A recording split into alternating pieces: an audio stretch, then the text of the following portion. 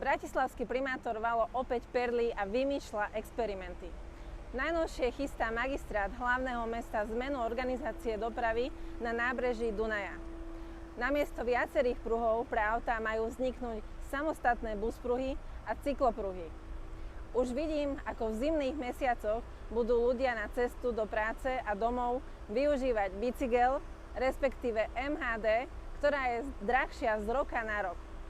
Alebo si Valo myslí, že 8-prúdovka na Einsteinovej je riešením a odľahčí dopravu pri Dunaji? Tak to je na veľkom omyle. Tak či tak, mnoho ľudí pracuje v centre a nábrežie je hlavná tepna obrovských mestských častí ako Devín, Dúbravka či Karlova Ves. A majú u Vala vôbec štatistiku, koľko ľudí využíva nábrežie na bicykli?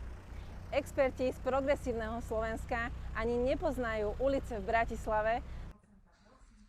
Šancová, aká je jej budúcnosť? Roman.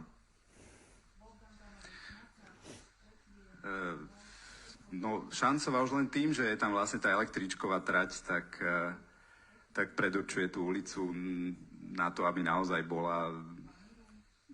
Šancová. Šancová. Aha, Šancová. To je... Aha, okej, pardon. Vždycky si všetky tie ulice, čo sa začínajú naše, to je Špitálska. Hej. Šancová, okej. Púšajú tu rôzne nezmysly, ktoré len strpčujú život ľuďom. A toto je ďalší z nich. Toto naozaj nechceme, aby vládlo na Slovensku. Príkladov z Bratislavy, ako im vládnutie nejde, máme už mnoho.